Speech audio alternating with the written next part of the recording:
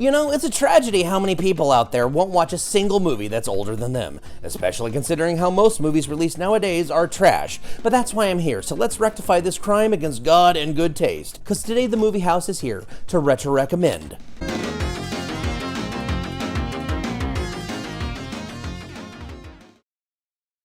Five years after Batman hit cinemas, Universal Pictures attempted to enter the pulp superhero fold with 1994's The Shadow. Debuting in 1931 from the mind of pulp writer Walter B. Gibson, of all the characters on this list, you can really see the Batman parallels, which may have to do with the credible accusations that for the early years of the Batman comics, Bob Kane just traced over panels of Shadow comics. You know, when he wasn't screwing over his writer and partner Bill Finger by claiming he was the sole creator of Batman. The Shadow's crossover success back in the Gap was sizable. Dozens of books, comics, movie serials, and arguably his biggest success was the radio dramas, which at one point starred Orson Welles in the title role.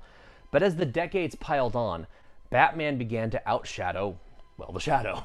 So much so now, decades past, most people don't even know the chief inspiration to The Dark Knight. Then in the 1980s, director Sam Raimi attempted to bring the character to the silver screen. It ultimately didn't work out, so instead, he created his own riff on the character with 1990's Darkman. Multiple big names came and went to try to get a film adaptation off the ground until it landed in the lap of Australian director Russell Mulcahy, who brought the same striking visual style he did in movies like Highlander and all the countless critically acclaimed music videos he helmed. The film merges the storylines of the pulps and the radio series. Following World War I, the wealthy Lamont Cranston has turned to a life of vice and evil in the Orient, only to have redemption foisted upon him by a mysterious monk, learning ancient secrets to psychically cloud men's minds and to make himself invisible to others, all except the darkest part of his soul, his shadow. Cranston returns to civilization with a new purpose, to rip out evil by its roots. To do so, he's created a new persona, that of a black-clad Avenger, face obscured by a red scarf. But when the last heir of Genghis Khan emerges with similar powers to that of Cranston, the Shadow must face his inner demons if he has any hope to stop Khan and his schemes of world domination.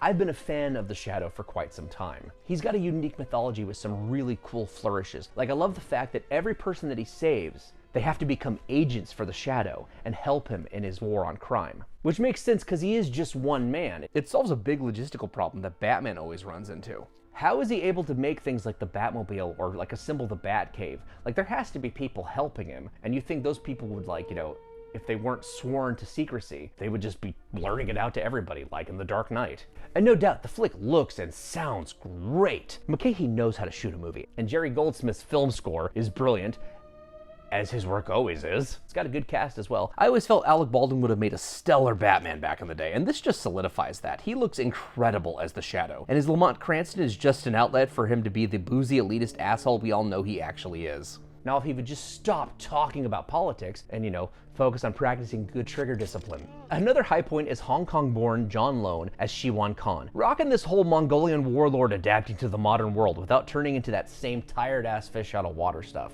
Then there's the supporting cast with the likes of Penelope Ann Miller, Peter Boyle, Ian McKellen, and the always memorable Tim Curry. And they all get fun, snappy dialogue to work with, but it's in service to a story that's just a snooze. Which is weird since it was written by Jurassic Park and Spider-Man screenwriter David Koepp. Like, I'm sorry, Razorfist, love you, sir, but, like, this movie has the conundrum of having the character that's the most interesting to me in a film that's the most boring of the group. It looks awesome, but it's hollow. It's moving, but to nowhere interesting. It's paradoxically both rushed and sedate at the same time. The action, or lack thereof, is a big problem here. According to the novel and comic adaptations, which were based on earlier drafts of the script, there were a lot more action set pieces that were ultimately cut from the film due to budgetary reasons. What little we end up with feels truncated and uninspired. Even though he looks incredibly badass, the Shadow's kinda terrible at his job. One gets the impression that Universal Pictures did not have the utmost confidence in the project, and cut corners wherever they could, such as canceling an essentially complete video game tie-in for the Super Nintendo. This meant the filmmakers were forced to make do with what they had. Case in point, the film's Hall of Mirrors climax. The set was destroyed by an earthquake during the shoot, and the production weren't given any additional financial support or production leniency to rebuild the set, and that's why the end result has such a frayed edges look to it. This lack of confidence on Universal's part ended up being a self-fulfilling prophecy. Released soon after huge summer hits like The Mask and the motherfucking Lion King, The Shadow underperformed, to put it mildly, making back a reported $48 million against its $40 million budget. So yet again, another one of these classic pulp characters mismanaged by the studios, relegating it to the land of forgotten IPs. There's stuff to enjoy with The Shadow, but it's one of those movies that plays on a lazy Saturday afternoon. It's decent enough, but forgettable as all hell. Also, does anyone else find it funny that the most absurd aspect of this flick is not that there's a millionaire psychic who can cloud men's minds, it's that Shiwan Khan thinks he's the last living heir of Genghis Khan, when 0.5% of the entire world's male population are his descendants? But anyways, in the end, I gotta be honest and say that The Shadow is some silver screen schlock. Nothing terrible, but nothing great either. But that's enough for me. I'd like to hear what y'all thought now. Like, comment, share, or subscribe if you feel so inclined. But more importantly, until next time, thanks, and stay safe out there.